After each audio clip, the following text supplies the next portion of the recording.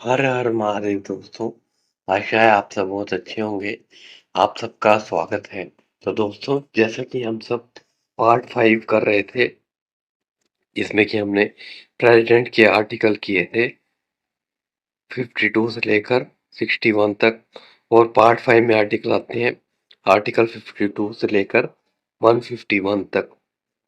तो आज हम सब प्रेसिडेंट की पावर्स डिस्कस करेंगे और इसमें जो भी इम्पोर्टेंट क्वेश्चन आपको देखने को मिल सकते हैं एग्जाम में, वो सब डिस्कस करेंगे। तो सबसे पहले प्रेसिडेंट की पावर होती है कौन कौन सी। तो पहली पावर होती है एडमिनिस्ट्रेटिव पावर। एडमिनिस्ट्रेटिव पावर में आता है अपॉइंटमेंट, यानी कि जो प्राइम मिनिस्टर है ये अपॉइंटमेंट करता है। किसकी करता है? तो ये पहला है पीएम एंड अदर मिनिस्टर, यानी कि प्रधानमंत्री की और जो अदर मिनिस्टर होते हैं प्रधानमंत्री की सलाह से वो मिनिस्टर होगी। इसके बाद अटॉर्नी जनरल की, chief election commissioner, chief justice of India की, कैग की, यूपीएससी की, governor, finance commission, SC ST commission. और जो प्रेसिडेंट होता है ये हेड होता है आर्मी, नेवी और एयरफोर्स का। तो दोस्तों, हमने ये सब जान लिया कि किस किस की अपॉइंटमेंट करता है। अब आपको थोड़े हम आर्टिकल जान लेते हैं। जैसे अटॉर्नी जनरल का आर्टिकल कौन सा है? अटॉर्नी जनरल का आर्टिकल है 76। और हमारे प्रेसिडेंट अटॉर्नी जनरल कौन है? तो प्रेसिडेंट अटॉर्नी जनरल है R Venkataramani. Chief election commissioner जो है ये होता है आर्टिकल 324/2। और अभी चीफ इलेक्शन कमिश्नर है Rajiv Kumar. Chief justice of India के लिए आर्टिकल है 241। और आपको ये बता दें, जो हाई कोर्ट के जजेस होते हैं उनकी अपॉइंटमेंट भी कौन करता है? प्रेसिडेंट करता है। और कैग कौन है? हमारे कैग है जीसी मुर्मू। आर्टिकल है इसके लिए 148। यूपीएससी जो है उसके चेयरमैन की और उसके मेंबर्स की भी अपॉइंटमेंट राष्ट्रपति करता है। और ये किस आर्टिकल के अंतर्गत होती है? ये होती है आर्टिकल 315। नेक्स्ट है गवर्नर। गवर्नर की भी यही करता है प्रेसिडेंट की अपॉइंटमेंट। आपको पता है गवर्नर आर्टिकल 153 के अंतर्गत आता है। फाइनेंस कमीशन ये कौन से आर्टिकल में आता है? ये आता है 280। एससी एसटी कमीशन ये आता है आर्टिकल 338 के अंतर्गत। 338 ए में एससी आता है, 338 बी में एसटी।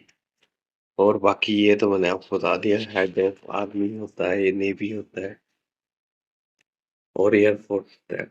और पार्लियामेंट में कितने सदस्य जो है ये नामित करता है? तो ये टोटल 14 सदस्य करता है, जिसमें से कि 12 सदस्य जो है ये राज्यसभा में नामोनीत करता है और लोकसभा में दो। दो जो होते हैं ये एंग्लो इंडियन होते हैं। और 2019 के बाद से ये एंग्लो इंडियन अब इतने बचे नहीं, तो ये रद्द हो गया है। अब सिर्फ ये बचे हैं 12 ही। और ये 12 सदस्य कौन कौन सी फील्ड से? ये होते हैं sports, film, science, culture, social welfare. इन फील्ड से जो मतलब उत्कृष्ट कार्य किया हो उनको नामांकित करता है। जैसे कि सचिन तेंदुलकर, ये उन्हें नामित किया राज्यसभा के लिए। बाकी अमिताभ बच्चन की पत्नी जया बहादुरी भी राज्यसभा की फिल्मों में सजावटी है। नेक्स्ट पावर, अभी हमने एडमिनिस्ट्रेटिव पावर देख ली। अब नेक्स्ट है पार्लियामेंट्री पावर। तो पार्लियामेंट्री पावर में आर्टिकल 85 आता है। तो ये संसद की बैठक, सत्र, सत्रह असेंबली गठन, ये सब की बैठक कब बुलानी है, कैसे करनी है, कब इसका भी गठन करना है, ये सब आर्टिकल 85 में आता है। और ये कौन करता है? प्रेसिडेंट करता है। सत्र आपको पता है 3 सत्र होते हैं। पहला होता है बजट सत्र, फिर मॉनसून, फिर विंटर। बजट सत्र जो सबसे बड़ा होता है ये होता है 4 महीने का। फिर 1 महीने का गैप होता है। मॉनसून सत्र होता है 3 महीने का। फिर 1 महीने का गैप। उसके बाद विंटर 2 महीने का। नेक्स्ट पावर है इमरजेंसी पावर। तो आर्टिकल 352 ये नेशनल इमरजेंसी से करता है। जैसे कि एक्सटर्नल एग्रीगेशन यानी कि एक्सटर्नल वार हो या इंटरनल एग्रीगेशन हो, तो ये नेशनल इमरजेंसी लगा सकता है प्रेसिडेंट। ये सिंपल है, पार्लियामेंट में पहले बिल करना पड़ेगा और ये पार्लियामेंट को 1 महीने के अंदर पास करना पड़ेगा और फिर 6 महीने के लिए रहेगी नेशनल इमरजेंसी और उसके बाद ये एक्सटेंड हो सकती है अनलिमिटेड टाइम तक। और जब ये लगती है इमरजेंसी नेशनल, तो उस टाइम लोकसभा का कार्यकाल 1 वर्ष तक बढ़ जाता है और अभी तक इमरजेंसी 3 बार लगी है, 1962 में, 71 में और 1975 से लेकर 77 तक। तो 62 में इंडो चाइना वार हुआ था, 97 में इंडिया पाकिस्तान वार हुआ था, बांग्लादेश बना था और 1975 से इंटरनल एग्रीगेशन इंदिरा गांधी की सरकार ने लगाई थी उस टाइम पे। नेक्स्ट है स्टेट इमरजेंसी।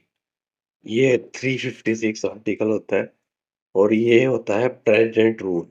इसे प्रेसिडेंट रूल भी कहते हैं। गवर्नर जो है इसमें रूल करता है गवर्नर।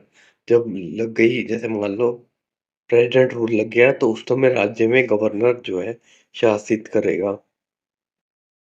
इसका भी वही चक्कर है, पहले 1 महीने के अंदर पास करना पड़ेगा संसद से, फिर ये 6 महीने तक लगा सकते हैं और ये मैक्सिमम 3 साल तक होती है। और सबसे पहले स्टेट इमरजेंसी लगी थी पंजाब में 1951 में और हिमाचल प्रदेश में 2 बार लगी है, 1977 और 1992 में शांता कुमार की सरकार के टाइम।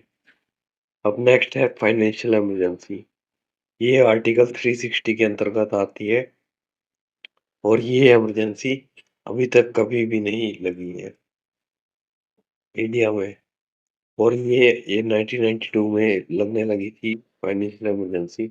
उस टाइम मतलब भारत को अपना गोल्ड वगैरह काफी, आरबीआई वगैरह को कर्ज पे मतलब कर्ज लेना पड़ता है इसे अपना गोल्ड वगैरह रख के। आईएमएफ को रखा था, मतलब बड़ी बड़ी इंटरनेशनल ऑर्गेनाइजेशन को। और उसके उसके बाद मनमोहन सिंह जी ने एलपीजी व्यवस्था दी थी, जिसके कारण इम्प्रूवमेंट हुआ। एलपीजी ये लिक्विड पेट्रोलियम गैस नहीं है। एलपीजी से आपको याद रखना है, एलपीजी एलपीजी लिबरलाइजेशन यानी कि उदारवादी, पी से जी से ग्लोबलाइजेशन, पी से प्राइवेटाइजेशन।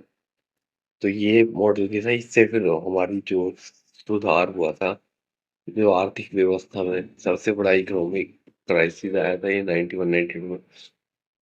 उस टाइम मनमोहन सिंह जी ने संभाला था देश।